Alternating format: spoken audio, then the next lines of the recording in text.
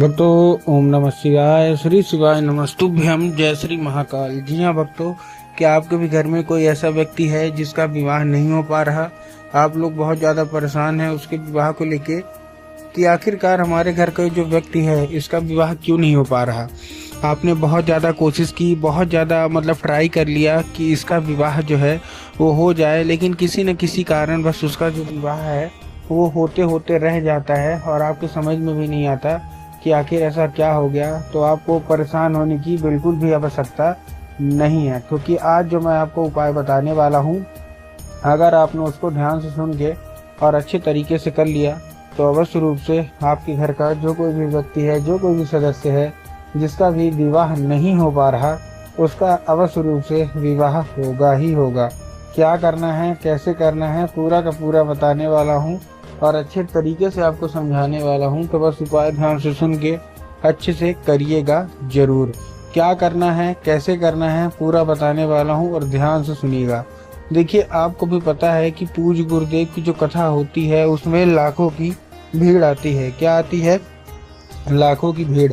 और जब गुरुदेव की कथा में लाखों की भीड़ आती है तो वहाँ ज़्यादातर जो भक्त होते हैं वो क्या करते हैं, पत्र के द्वारा अपनी इच्छा और अपनी मनोकामना जो होती है वो गुरुदेव तक पहुंचाते हैं। तो अभी गुरुदेव की कथा चल रही थी, आज से 4 से 5 महीना पहले की बात है। गुरुदेव की कथा चल रही थी और गुरुदेव की कथा में लाखों की भीड़ आई। अब जब गुरुदेव की कथा में लाखों की भीड़ आई तो वहाँ ज़्यादातर जो भक्त थे उन्होंने क्या किया, पत्र के द्वारा अपनी इच्छा मनोकामना गुरुदेव तक पहुँचाई। अब जैसे ही गुरुदेव के पास पत्र पहुँचा और गुरुदेव ने पत्र पढ़ा तो वहाँ देखा कि ज़्यादातर जो भक्त हैं उनकी क्या है, केवल और केवल एक ही इच्छा और एक ही मनोकामना है कि गुरुदेव, हमारे घर का जो व्यक्ति है इसका विवाह नहीं हो पा रहा। किसी का लड़का है, किसी का लड़की है, इनका विवाह नहीं हो पा रहा।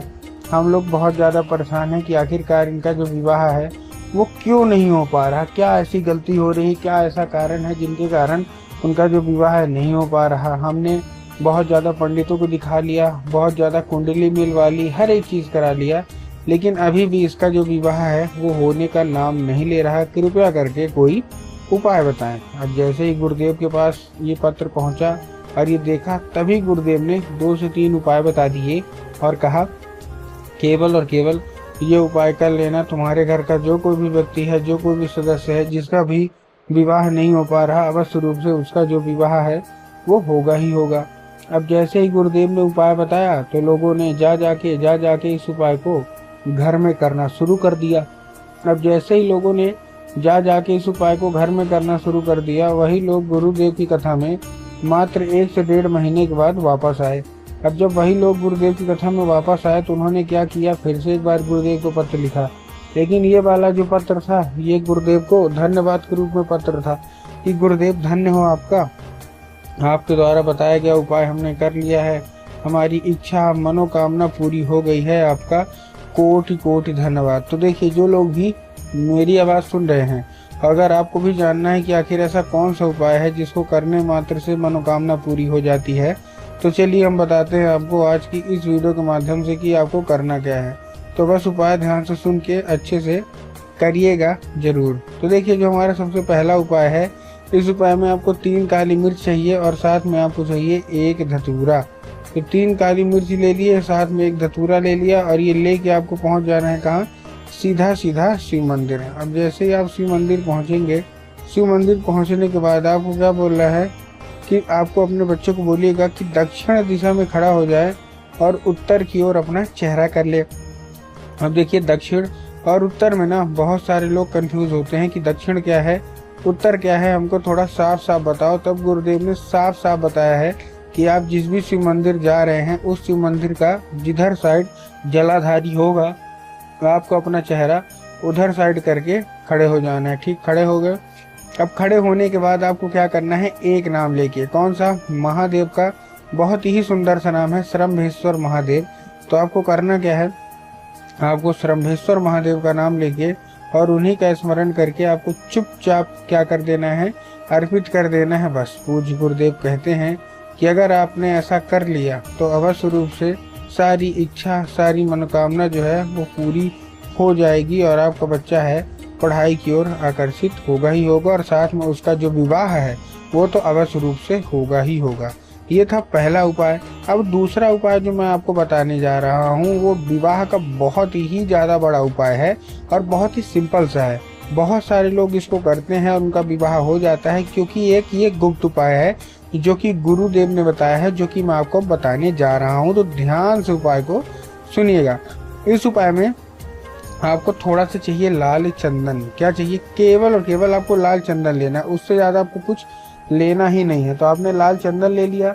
लाल चंदन लेने के बाद आपको देखिए करना क्या है। लाल चंदन लेके पहुंच जाइए सीधा सीधा शिव मंदिर। अब जैसे ही आप शिव मंदिर पहुंचे हैं, अब शिव मंदिर तो पहुंच गए। अब शिव मंदिर पहुंचने के बाद आपको करना क्या है, आपके दिमाग में आया होगा कि लाल चंदन शंकर जी को चढ़ाएंगे, लेकिन आप सोचे होंगे कि यार लाल चंदन तो शंकर जी को चढ़ता ही नहीं है। बिल्कुल सही जवाब। आपको करना क्या है, नंदी के ऊपर, ध्यान से सुनिएगा, नंदी के ऊपर अर्पित करना है। लेकिन नंदी के ऊपर कहाँ अर्पित करना है? नंदी का एक पैर होता है आगे का जो कि उठा हुआ होता है। क्या होता है? उठा हुआ होता है। ठीक, हम नंदी का पैर जो उठा हुआ होता है, ठीक ना, तो आपको अपने दाएं हाथ की कोई एक उंगली से नंदीश्वर महादेव का नाम लेके, किसका? नंदीश्वर महादेव का नाम लेके, तो आपको नंदीश्वर महादेव का नाम लेके क्या करना है, अर्पित करना है। और अर्पित करने के बाद उसको औषधि के रूप में मांगना है कि हे भोलेनाथ हमको इसको औषधि के रूप में प्रदान करिए। अब क्या होगा, अब ये औषधि के रूप में लेगा। फिर आपको वही उंगली टच करना है और वो लेके क्या करना है, आ जाना है अपने घर। घर आने का बीच में हाथ मत भूलिएगा, वो चंदन आपको लगा रहने देना है फिर से टच करके। जैसे ही आप घर आएंगे तो जहाँ आप लोग सोते हैं, जिधर साइड सर करके सोते हैं, उधर साइड की जो दीवार होगी ना, उसी दीवार में आपको क्या करना है, ये अर्पित कर देना है बस। पूज्य गुरुदेव कहते हैं कि इस चंदन के जरिए स्वयं जो माता हैं और भोलेनाथ और साथ साथ नंदी है वो आपके घर में प्रवेश करेंगे और आपका मन चाहा विवाह होगा ही होगा।